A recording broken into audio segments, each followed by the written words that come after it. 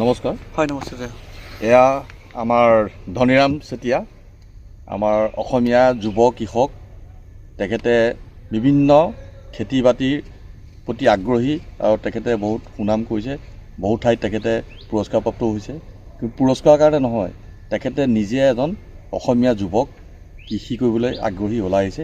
তেখেতৰ পৰা আমি দুআষাৰ জানিম। আমাৰ কৃষক ৰাইজেও এই বাৰ্তাটো পায়, তেওঁলোকে যাতে উৎসাহিত হয়। আমাৰ যুৱচাম, এতিয়া আপুনি কি ক'ব কওকচোন। হয়, পোনপ্ৰথমে আপোনাক ধন্যবাদ জনাইছোঁ। মোৰে সৌভাগ্য বুলি ক'ব লাগিব, আপোনাক সুদূৰ তেজপুৰৰ পৰা যোৱাকালি ইয়াত অনুষ্ঠিত হোৱা এটা বিশেষ অনুষ্ঠানত লগ পোৱাৰ সৌভাগ্য হৈছিল। আৰু মই আপোনাক লগ পাই অতিকৈ সুখী হৈছোঁ, কিয়নো আপুনিও প্ৰকৃতিক ভাল পায়। যিহেতু খেতি বাতিক ভাল পায় কাৰণে আপুনি সুদূৰ তেজপুৰৰ পৰা এটা কৃষিভিত্তিক অনুষ্ঠান লৈ আহিলে, নহয় জানো? গতিকে সেয়া মোৰো মানে এটা ইচ্ছা আছিলে তালৈ অহা। আৰু অনুষ্ঠানটোৰ শেষত হঠাৎ এই মাগুৰী মতাপুং বিললৈ আহিব লগা হ'ল। আৰু মাগুৰী মতাপুং বিল বুলি ক'লে হয়তো যিসকলে ইয়ালৈ আহিছে সেইসকলে স্বচক্ষে যেতিয়া দেখিব পৰিৱেশটো, তেতিয়া অনুভৱ কৰিব পাৰিব। সেইটো কাৰণে আমি পুনৰ ঘৰমুৱা নহয়, ইয়াতে থিতাপি ল'লোঁ, অৰ্থাৎ নিশাটো কটালোঁ। যিহেতু ইয়াত খুব সুন্দৰকৈ থকা খোৱা সুব্যৱস্থা আছে। যিসকলে নেকি আহে তেওঁলোকে হয়তো যদি দূৰণিবতীয়া হয় ইয়াতে থাকিব পাৰিব। তাৰপিছতে পুৱাৰ ভাগত মই গোটেই পৰিৱেশটো নৌকা যাত্ৰা কৰিলোঁ। আপুনিও গ'ল, পৃথকে পৃথকে গ'লোঁ, কিন্তু পূৰ্বৰ তুলনাত খুব ধুনীয়া মানে পৰিৱেশ। আৰু দেখিলোঁ তেনেকৈ ওচৰৰ পৰা চৰাই চিৰিকটিবিলাক দেখিলোঁ, বিভিন্ন পৰিভ্ৰমী চৰাইসমূহ যিহেতু এই সময়টোত ইয়ালৈ আহে। আৰু আজি মই দ্বিতীয়বাৰৰ কাৰণে আহিছোঁ, কিন্তু পূৰ্বৰবাৰ তুলনাত এইবাৰ বেছি ওচৰৰ পৰা দেখিবলৈ সক্ষম হ'লোঁ। খুব ভালো লাগিছে, কিন্তু আৰু আশা থাকিলে হয়তো আমাৰ এতিয়া দামী কেমেৰা থকাহেঁতেন একদম ওচৰৰ পৰা কেপচাৰ কৰিলোঁহেঁতেন। আৰু ইমান ডাঙৰ ডাঙৰ চৰাই কেইটামান দেখিলোঁ, একেবাৰে মানুহৰ সমান ওখ। তাৰপিছতে ৰাজহাঁহ, যিটো আমাৰ ৰাজহাঁহৰ থলুৱা প্ৰজাতি, সেইটো সমকক্ষৰ মানে এটা এবিধ প্ৰজাতি দেখিলোঁ। তাতোতকৈ ডাঙৰ এটা প্ৰজাতি দেখিলোঁ। সেইটো মোৰ কাৰণে নতুন অভিজ্ঞতা। আৰু কিমানবিলাক চৰাই চিৰিকটি আছে সেইবিলাকতো নাম নাজানো আৰু কৈ শেষ কৰিব নোৱাৰি। দহিকতৰা, বালিমাহী, বিভিন্ন ধৰণৰ চৰাই। আৰু এবিধ দেখিলোঁ বগা, আমি বগলী বগা, কিন্তু এটা দেখিলোঁ বগলী ক'লা বগলী, বৃহৎ আকাৰৰ। আৰু এটা কথা মানে চৰাই চিৰিকটিৰ লগতে আমি দুটা বস্তু দেখিলোঁ। মেটেকা, এটা সম্ভাৱ্যপূৰ্ণ আমাৰ ৰিচোৰ্চ হয়, তাৰপৰা আমি সাৰ প্ৰস্তুত কৰিব পাৰোঁ।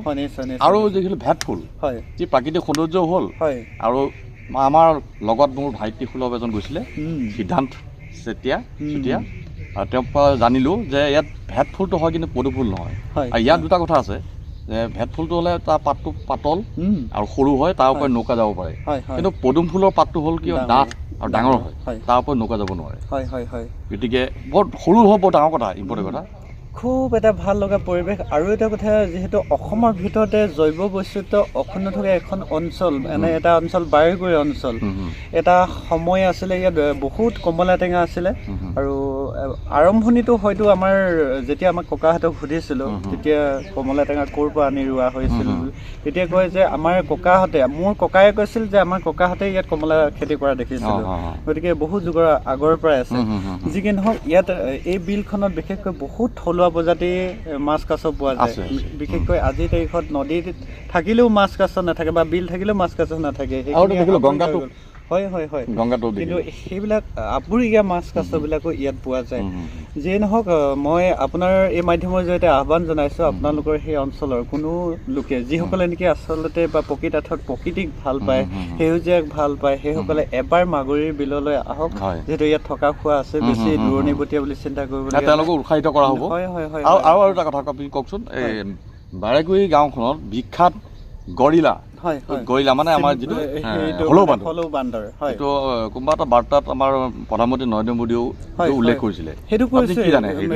সেইটো কথা মই যিহেতু উল্লেখ কৰিছোঁ যে অসমৰ ভিতৰতে জৈৱ বৈচিত্ৰ্য অক্ষুণ্ণ থকা বৰ্তমানেও এখন অন্যতম ঠাই হ'ল বাৰেকুৰি। আৰু যিবিলাক বন্য জীৱ জন্তু থাকিবলৈ হ'লে প্ৰাকৃতিকত এটা পৰিৱেশ থাকিবই লাগিব।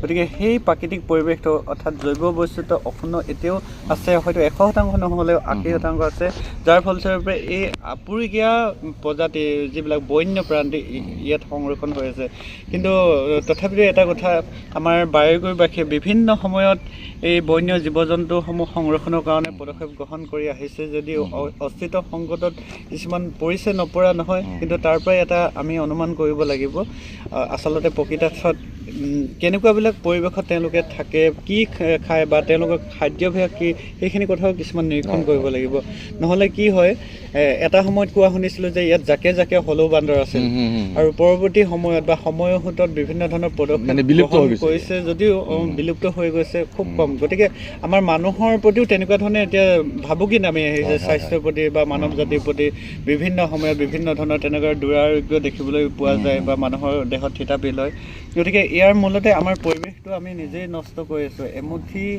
অন্ন বা এখন বস্ত্ৰৰ কাৰণে আমি এনেকুৱা কিছুমান নকৰা কাম কৰিছোঁ যিটো নেকি জৈৱ বৈচিত্ৰ্যৰ ওপৰত বিভিন্ন ধৰণে প্ৰভাৱ পৰি আহিছে গতিকে আমি সেইখিনি সচেতন বা সজাগ হ'ব লাগিব যাতে আমিও থাকিব পাৰোঁ বিশেষকৈ মই কৃষি কৰ্মৰ লগত জড়িত হৈ থকা এজন ব্যক্তি হিচাপে ক'ব খোজোঁ যে আমি কৃষি কৰ্ম কৰোঁ হয় জীয়াই থাকিবৰ কাৰণে কৰিব লাগিব সময়ৰ চাহিদা পূৰ কৰিবই লাগিব কিন্তু সেইবুলি অতিমাত্ৰা ৰাসায়নিক ঔষধ ব্যৱহাৰ কৰাটো কেতিয়াও উচিত নহয় আমি জৈৱ পদ্ধতিয়ে কৰিব জৈৱিক পদ্ধতিয়ে কৰিব লাগিব যোৱাকালি কৃষি মেলাখনত আৰু এটা ভাল লাগিলে এটা শ্লোগান আহিছে ইয়াৰ পৰা সেই শ্লোগানটো ময়ো গৈ তালৈ লৈ যাম বাৰ্তা হিচাপে আৰু ৰাইজৰ কাৰণে কৈছোঁ যে ঘৰে ঘৰে আদা হালধি গছে গছে জালুক হয় হয় হয় খুব এটা পদক্ষেপ গতিকে এটা কথা যিহেতু যোৱাকালি মই উল্লেখ কৰিছিলোঁ যে আগতে আমাৰ পূৰ্বপুৰুষসকলে যি পদ্ধতিৰে কৃষি কৰ্ম কৰিছিল সিমান এটা আজিৰ তাৰিখত উন্নত কৃষি পদ্ধতি নহৈছিল তথাপিও সময়ৰ চাহিদা পূৰ কৰিবলৈ সক্ষম হৈছিল কিন্তু এতিয়া সময়সূতত জনসংখ্যা বৃদ্ধি হ'ল জনসংখ্যা বৃদ্ধি হোৱাৰ সমান্তৰালভাৱে কৃষিভূমি সংকোচন হৈছে গতিকে আমি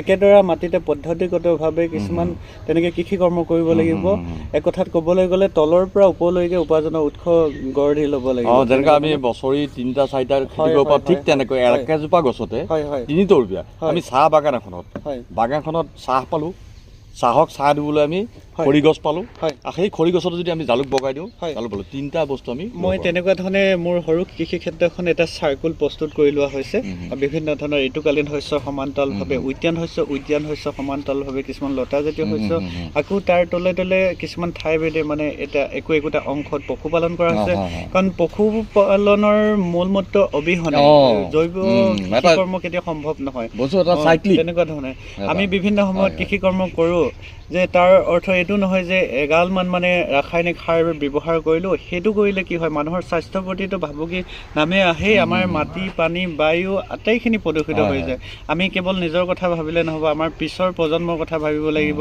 বিভিন্ন বন্য যিখিনি প্ৰাকৃতিকগত মানে জীৱ জন্তু আছে বা নিমাখিত মানে জীৱ তেনেকুৱা ধৰণে আৰু মই যিহেতু ইমান অভিজ্ঞ বা প্ৰশিক্ষণপ্ৰাপ্ত কৃষক নহয় সামান্যভাৱে কৃষি কৰ্মৰ লগত জড়িত হ'বলৈ চেষ্টা কৰিছোঁ তেনেই নৱাগত হয় আৰু মই ব্যৱহাৰিকভাৱে যিখিনি তথ্য লাভ কৰিছোঁ বা ফলাফল পাইছোঁ সেইখিনি সামাজিক মাধ্যমৰ জৰিয়তে ধনিৰাম চেতিয়া বুলি এটা পেজ আছে মোৰ ফেচবুক পেজ আছে তাতে তেনেকুৱাকৈ তথ্যবোৰ আগবঢ়াই থকা হয় ইতিমধ্যে সেইটো নিজক মুখজাহি কৰিব নাপায় বাৰু বহুতখিনি যুৱ প্ৰজন্ম এই ক্ষেত্ৰখনৰ প্ৰতি আগবাঢ়ি অহা দেখিবলৈ পোৱা গৈছে হয় হয় আমাৰ এটা অতিকৈ দুৰ্ভাগ্যজনক কথা যে আমাৰ অসমৰ কৃষিভূমি বহুত আছে বহিৰাজ্যৰ তুলনাত কৃষি কৰিব পৰা খুব এটা ভাল পৰিৱেশো আছে তথাপিও আমাৰ সম্ভাৱনাময় এখন ৰাজ্য কিন্তু তথাপিও যেনেকুৱা ধৰণে আমাৰ কৃষি ক্ষেত্ৰখন আগবাঢ়ি যাবলগীয়া হৈছিল তেনেকুৱা ধৰণে যোৱা নাই এইবোৰ কিছুমান আমাৰ ভুল যেনেকৈ আজি অভিভাৱকসকলে কোৱা হয় যে সৰু ল'ৰা ছোৱালীবিলাক ভালকৈ পঢ়া শুনা কৰিবা এটা ভাল জীৱন অতিবাহিত কৰিবা তেনেকৈ বোকা পানীৰ পৰা সম্পূৰ্ণ আঁতৰাই ৰখা হয় যাৰ ফলস্বৰূপে চাকৰি পালেতো পালে নেপাব লাগিলে সুদীৰ্ঘ 20-25 বছৰ সময় বা এটা সময় বোকা পানীৰ পৰা আঁতৰাই থকা ল'ৰাটো অৱশেষত চাকৰি বিমুখ যেতিয়া হয় তেতিয়া একোতো নহ'লে চাকৰি বিপৰীতে এতিয়া খেতিকে কৰ বুলি ক'লে কেনেকৈ কৰিব সেইটো আমাৰে ভুল গতিকে বিদ্যালয়ৰ পাঠভিত্তিক শিক্ষাদানৰ সমান্তৰালভাৱে এই ক্ষেত্ৰখনৰ লগতো আগ্ৰহী কৰি লৈ যাব লাগিব পৰিচয় কৰি দিব লাগে তেনেকুৱা ধৰণে মাটি পানীৰ লগত পৰিচিত কৰিব লাগিব তেতিয়া তেওঁলোকৰ বেমাৰ আজাৰো নহয় আৰু তেওঁ নিষ্কমাও নহয় নিজকে নিজে হয় পৰিৱেশৰ লগত বহুত ভাল লাগিল যিকি নহওক মোৰো ভাল লাগিলে আপোনাক লগ পাই আকৌ লগ পাম মোৰ সৌভাগ্য।